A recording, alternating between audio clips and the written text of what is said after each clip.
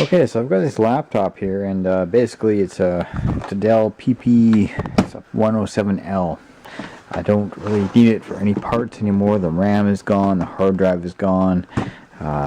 Pretty much else, it's not really worth reviving. So what I'm going to do is I'm going to take this thing apart. So let's get to it. I just need one little piece, and that's a CMOS battery that actually connects to another Toshiba I have. And it's a certain kind of connection that I need, and where it is right back there. You see that? The little blue thing at the back? I need that. I need that, eh? I need that little blue battery. That's all I need from this whole computer, so I can pretty much trash this thing right now and just get the thing out, or I can do it properly and disassemble. So I'm going to do it properly using nothing more than a Swiss Army knife and a small screwdriver. Here we go.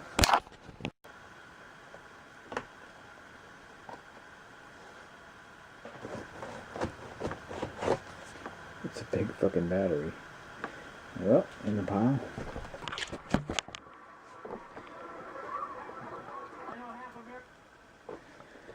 Get rid of all the screws. This is usually a mess, but there we go. Didn't drop a single one off the table. Bonus. Always keep the screws. You never know when you're going to need them, because yeah, these screws are hard to come by when you actually run out. Sure, and now I'm just going to take off the case, and right here it says do not remove. I think that is the modem. Too bad you're coming out, buddy. You're getting removed. That was a video card. That's where the RAM was. So, and the battery, of course, and I don't know, that's where the ROM was, and the hard drive. So the hard drive's out, everything's out, she's ready to go. Oh, the ROM is still in, actually. So I'll show you how to do this. There should be one screw right here. It's always directional to the CD-ROM or the DVD-ROM, right there. It's like this on pretty much every laptop I've ever seen. It's a very deep screw. It's only one of them, though. That's very good because it makes it hella easy. Okay, so we got that one screw, and I don't care about this laptop, so I'm just going to bang it around. Got the screw out right there, and this is the ROM. Now at this point, you can pretty much just put your finger in there and pull it straight out. It is a SATA connection on 99% of laptops, so when you do pull it out, there you go. That's the connection. And that's all you need to do is just grab a new one, swap it in there. The most you'll ever have to do is swap the little plate there with the two screws. Just change that back to your original configuration if you're swapping a different drive, and then kabam! Anyways, back to tearing this thing apart, and we do have the ROM out. One more piece in the pile.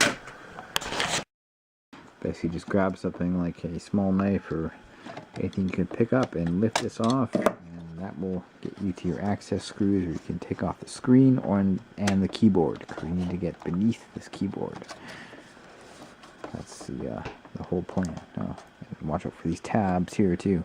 Don't want to break them. Just lightly lift on those till they come out.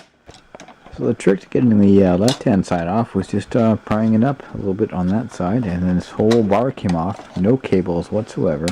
It actually has contacts here for the buttons, and then also you can see your connection for the monitor. You want to disconnect that, of course, and also the screws for the keyboard. There's 1, 2, 3, 4 screws for the keyboard, and that will just pull right out, and then we can hopefully separate this body from the bottom and get to the parts we want.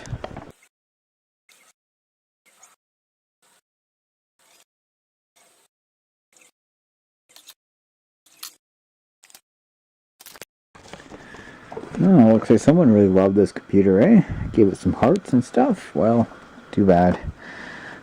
No more hearts for this computer. It's going down. So we do have a ribbon cable to disconnect, and as before I've showed in my other videos, you basically just click the little tabs on the side, and you should be able to pull this ribbon cable straight out. Easy as pie. Yep, so you can see the plug there. Just had to pull that straight out of the the motherboard. Easy done. And the keyboard goes in the pile of parts. Now just locate the connection to the video card. Probably some tape over it and a little bit of cable and a connection right there. Now you should be able to unhook that. That was way too easy. It's probably not good, but yes, that's a connection for the video. So now we can separate the monitor from the actual case and get inside the guts and take out the parts we need. Well, this is a first. I've never actually stripped a screw in a laptop before, but I guess someone had taken this apart before, and this one screw to remove the actual monitor from the laptop. See, these ones came out fine. There's just like 2 screws right there, and this one is stripped, so I'm going to slowly remove this with pliers. I just grab it, twist it out, and soon that will come off. Finally, a little bugger came out, and yeah, put that in my little screw bin, and then the monitor should just slide right on off. Remember the connection? It's done. Over to the part pile, and this is what we're left with.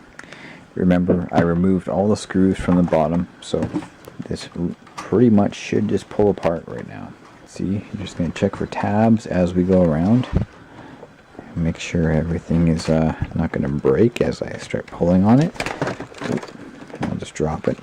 I'm actually being very careful with this, even though I don't need to be, but I'm used to working on customers' laptops and things, and I don't want to scratch them up, so I'm just using my fingernails for now, and we'll see how in-depth I have to go to get this separated. Okay, so I got the piece of crap apart now. There was one screw hiding here, more for the scrap pile, and then just 2 at the back. I don't normally see this on many laptops, but of course the top has come off. I just now have to release the cables that are underneath, and we'll be good to go. We'll have all the goodies. Even that old CPU, I think it's like oh, there's no stickers. I don't know what CPU that thing is. So now that we've got everything separated, there was just one plug here on the bottom, and that was, I think, I don't know what that was for, media keys maybe, but yes, and then we just have the CMOS cable, and that comes unplugged here, and then I can just pull the battery from there, and we are done. Good stuff. All that work for one little battery. I should have just bought one, eh? Well, whatever. It works. Only took like half